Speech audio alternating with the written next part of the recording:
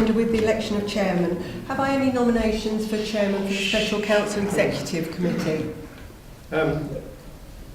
Can I just, historically it's been the mayor and the deputy mayor has been chair, so I'm quite happy to nominate the mayor to be the chair. Seconder? I'll second that, just to confirm for the notes. Any other nominations? I'd like to vote on that item, please. Thank you. No, thank you. Thank you very much. Thank you very much for appointing me chairman of this committee. Appointment of vice chairman. I would like to nominate Malcolm. In his absence, he is actually covering the mayoral duty tonight, so that's why he's not here. But in his absence, I would like to nominate Malcolm. Do we have a seconder? Thank you very much. Those in favour? All everybody in favour? Yeah, thank you. Right. Do we have apologies for tonight's meeting? Chairman, yes, we have apologies from Councillor Malcolm Richards and Councillor John Halsall, and Councillor Smith will be substituting for Councillor Halsall, and Councillor Brubray will be substituting for Councillor Jones, who's also sent his apologies. Thank you very much. Minutes of the previous meeting, which is on page 5 and 6. Is everybody happy that they're a true record of that meeting, or are there any amendments that need to be discussed? I was there, so I was Yeah. Sorry? Quite happy. So, Quite I was happy. there. The only thing I would question, I mean, Yes. I was at that meeting. Yeah. Did it really start at 6 o'clock and finish at 5 Yes. past? Did it? It was one So- item. So I'm going to have to really move tonight. I want to be there. This one will take longer. 5 minutes. You're really on 5 minutes. Sorry, yeah, I've gone. Right, okay. Thanks very much for that. Any declarations of interest? No? But other than the famous Long Holmes Limited thing that I'm not executive director, but I don't think it counts on this one. Right, okay. Public question time. Are there any public questions? Chairman, there are no public There's questions. And member questions. Are there any member questions? Chairman, there are no member questions. No? Very good. Okay, we come on to item 8, future housing consultation. That's to consider recommendations of the executive in relation to the proposed public consultation on the future of housing in Wokingham Borough. Page 7 of your agenda. Take it everybody's had the opportunity to read this, and you have, and you would like to. I'm sorry about this. I suppose I'm calling Mr. Metal Chair. I should call him in this context. I have got quite a lot of questions. I don't know whether it's easier for me to deal with the issues one at a time and have discussion as we go through, because there's several different points. And you're not going to get out by 6:05, sorry. Okay, go through them one at a time, and then we see how we go. I think Lindsay and I are both clear we want to do this, and it needs to be done on a cross-party basis. So we are keen to see something happen. We're not trying to be obstructive. In fact, I would go further and say all party basis. Yes. We're least But unfortunately, there's a few things that we think could be improved. So, and the first thing, I suppose, is a question, perhaps to Wayne, because he, in the earlier meeting, he talked about having had 1,500 responses to the previous consultation. And I'm wondering what level of response success with this would look like, what you're trying to aim to achieve for, and what happens if it doesn't work. Right. We had 1,464 responses to the various questions. We didn't actually ask the question that we're proposing to ask in here. So I think it would be quite difficult for me to say, based on the answers that we have, and again, I'm not certainly not being secretive about those. We are obviously going to bring those out to the member steering group and share the graphs and everything with you. So I don't know if I could give you a categoric answer if I was putting my money on, based on those 1,463 responses, what answer would that give us borough-wide? But there is a big but to that.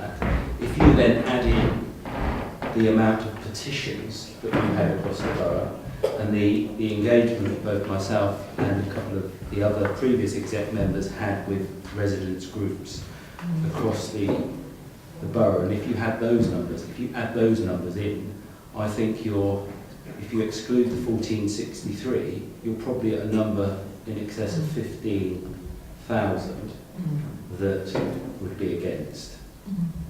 Yes. But it's a good question. Yes. And that's why I said that I think it's up to all members across the whole of the borough to make sure that they get out. And, I'm not suggesting they put words into our residents' mouth, but actually get out to our residents and get them to respond. Okay. That's right. I'll move on to the next bit. I understand the reason why you don't want to ask the questions that you asked before, in a way, but this is actually the wrong question, because the question you're asking is only asking people whether they agree with the figure. They might not agree with the figure because it's too high, or they might not agree with it because it's too low. And if you present that to government, they would be able to argue that you haven't got complete validation from your residents, because they might have answered it the other way around and you're not clear. So I'm wondering whether you might want to adjust the wording of the question to say, is the current target for the borough too high, about right, or too low, and give them those options so that you're actually clear about what the answer is you've got, because you want a clear answer to give to the government. And you probably need a box for underneath that says, why do you think that? Because you may get some extra evidence from people about what the problems are that you could use as supporting evidence when you're presenting to the government. So I wonder whether you might consider that, as well as needing an explanation with it, to explain how the target's arrived at, who imposes it on us, and all those kind of things. I've got to just intercede there. Yes. And the Brother raises a very important point, and I agree with you when you said the government needs to make note of what the views of the residents are. What we don't want is to present something that gives any government the opportunity to wiggle out of it for any shape or form because of any confusion or whatever. So it has to be really clear, and I agree that what you need is something. I do agree it needs to be something really simple.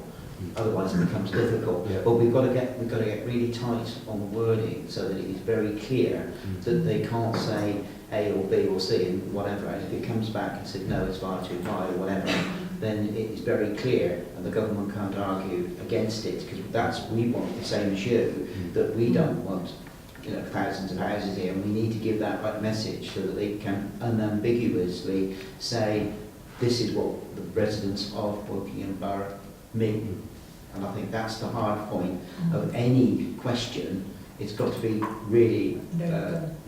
And I think at the moment it's nearly there, as sentiment's right. I think that's the issue. And I don't have a problem with all your comments about having a code, and I don't have a problem with sorry, am I moving on? No, it's right, I'll come to that. I'll stop there. Yes. Yeah, no, I think it's a good point. I mean, it's very, the difficulty is, and you mentioned it, Lindsay, it doesn't matter if you have this conversation once with residents a million times. It is very complicated.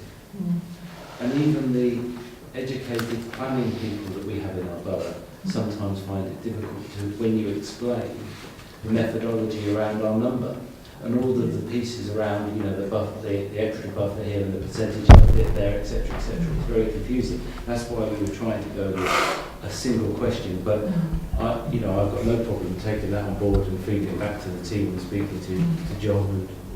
And no problem at all. Good.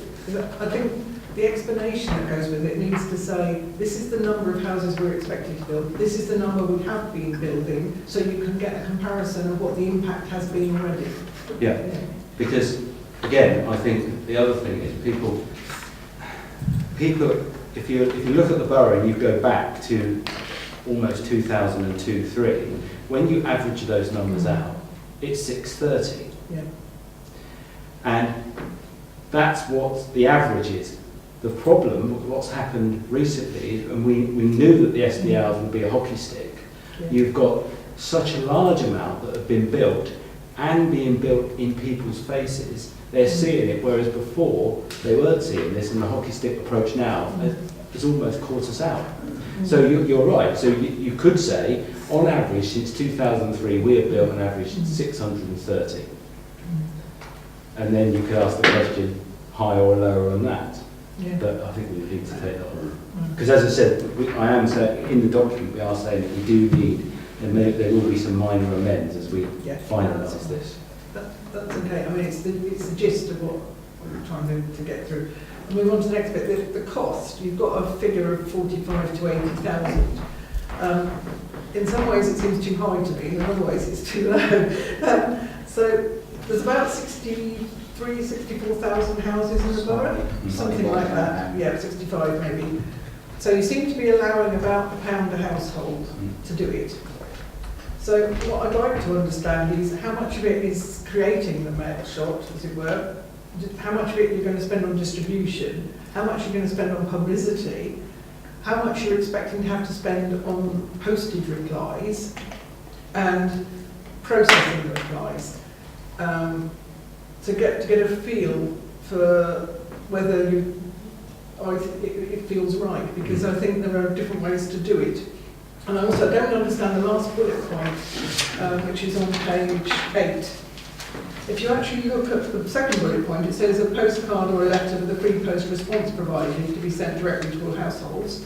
But the last bullet point says responses will be submitted through an online survey, which kind of doesn't say we would prefer people to do an online survey, which I think is probably what you mean, and I would encourage that. You do have to have an option for people who haven't got online facilities, but actually you want as many people as possible to do it online because it saves you processing time, processing costs and postage costs. Yeah. So is that what you meant, that you postcards are for the last resort, as it were? Yeah, I mean, you're absolutely right, Drew. We do want people to go online. Yeah. But there was a very strong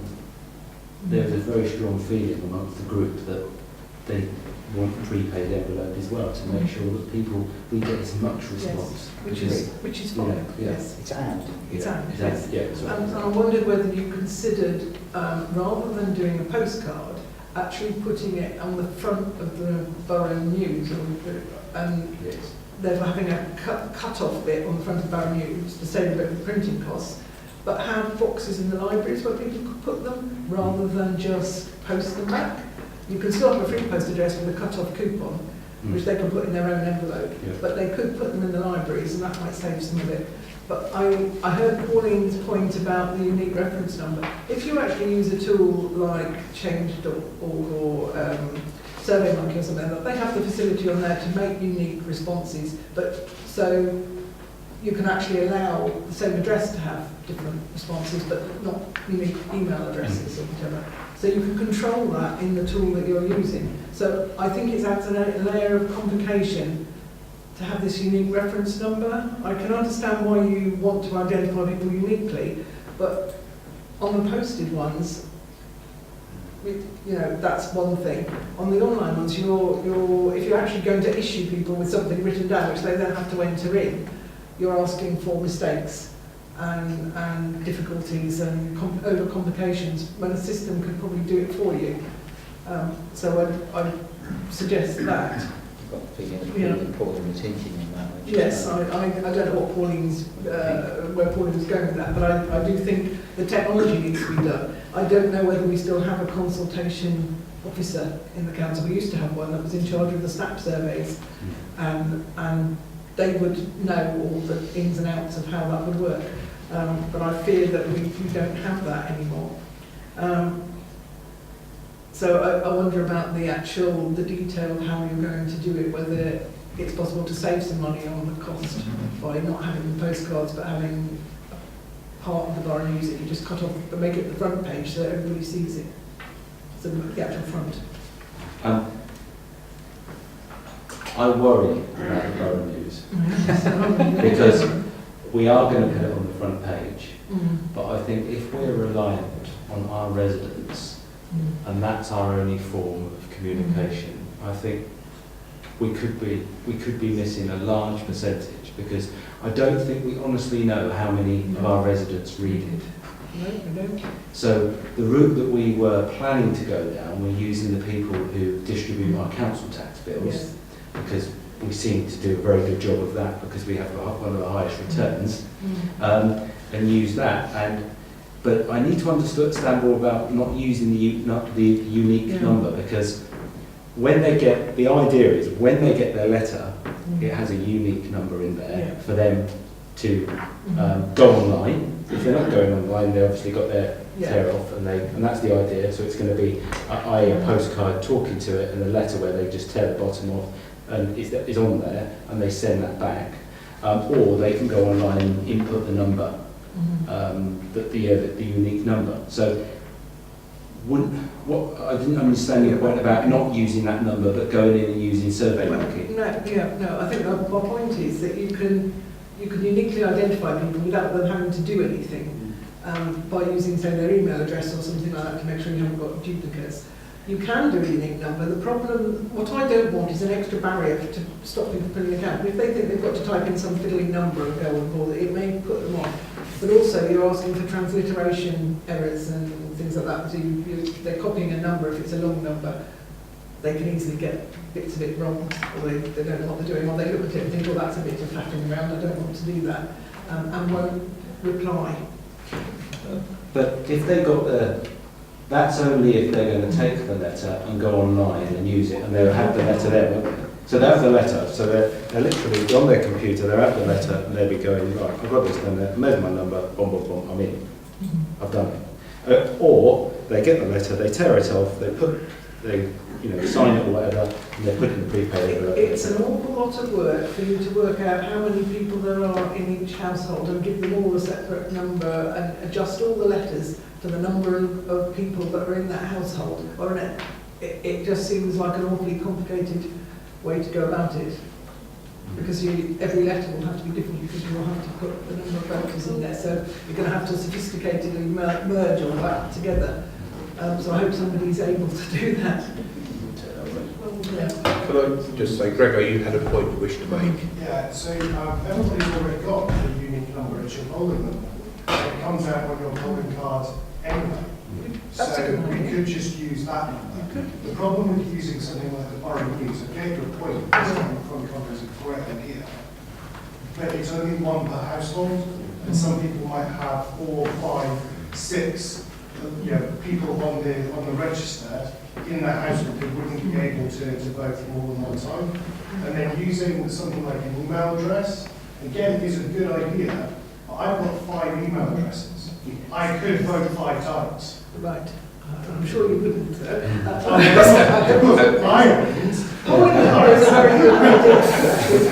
Polling number is a very good idea because it's unique to everybody, and we can then, by using that number, can be assured that that person is actually a legitimate person who lives in our borough. And Not everybody's on the polling. but nearly everybody is. Can I just take advice from Yes. our officers as to using polling card numbers as a means of identification? Is that a possibility? I think there's 2 things I'd say. One, it isn't an election, so I think using the polling numbers it causes us some difficulty. Yeah, I think. The unique reference number is for the household, Yes. so I understand it. So every member of the household can use it, and it's simply for us to cross-check if we think there might be a disproportionate number of people voting for the household. Is that right? Yes. Yeah. Right. Take it away, I think. Yeah. And are we restricting it to people 18? And what about youngsters? Well, yes. Yeah. Well, I think normally the survey would be for people of voting age in the house. Yeah. Why should that would normally? Well, you're going to have a 5-year-old, but that would. Is that one? No, Well, I was thinking more like 16, but... yeah. Okay. Okay. Are there any other questions on the committee? Sorry. Yes. And I'll come back to you with the breakdown of costs. I don't Yeah, have no, that's full- fine. I didn't yeah, expect you to yeah. produce them now. I think just a bit of thought about this number, because if you're actually not using it as an absolute thing, but you're using it to cross-check where you think it's gone wrong, that opens all sorts of possibilities that you're not going to be able to run it properly, because you're not checking on some people who have done it, or whatever, you're causing yourself a lot of faffing about, which is the cost in this, is the staff time, which we don't have a lot of because we haven't got a lot of capacity. So that's the first thing. The second, that's most of it, you'll be glad to hear.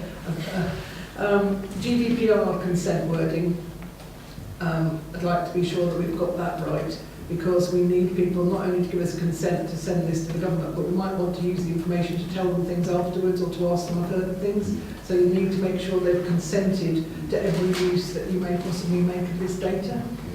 I'm sure somebody's capable of coming up with that appropriate wording, but it needs to be on there absolutely clearly. And the final thing is about timing. We're going to do it over the summer. Please don't confine it to the school holidays. I'm sure you're not going to, but it has happened before, and it would be a shame to miss people because they're away. Could we do it before? Yeah. We want to do it before? Yeah. Yeah. Okay. If there's no other points you wish to raise, I do want to propose a minor amendment to the recommendations, though. okay, let's do that first. then. Right, okay. So it's very small. In the third one, where it says authorise the Director of Corporate Services, Director of Locality and Customer Services in consultation with the Leader of the Council, can we at that point, to make it truly cross-party, say in consultation with the Leader of the Council and the leaders of the other groups? Quite happy with that? Yep. There's no constitutional reason why we can't do No, that. no. I've got no problem. Those all happy with that? Those in? Yeah. Okay, fine. Thank you. Okay, we vote, accepting that? We vote on it? Yeah. We vote. Okay. Good, thank you. If we go to the recommendations, first of all, we voted on that amendment, so that amendment stands, and we vote on the other recommendations, 1 and 2, as they stand.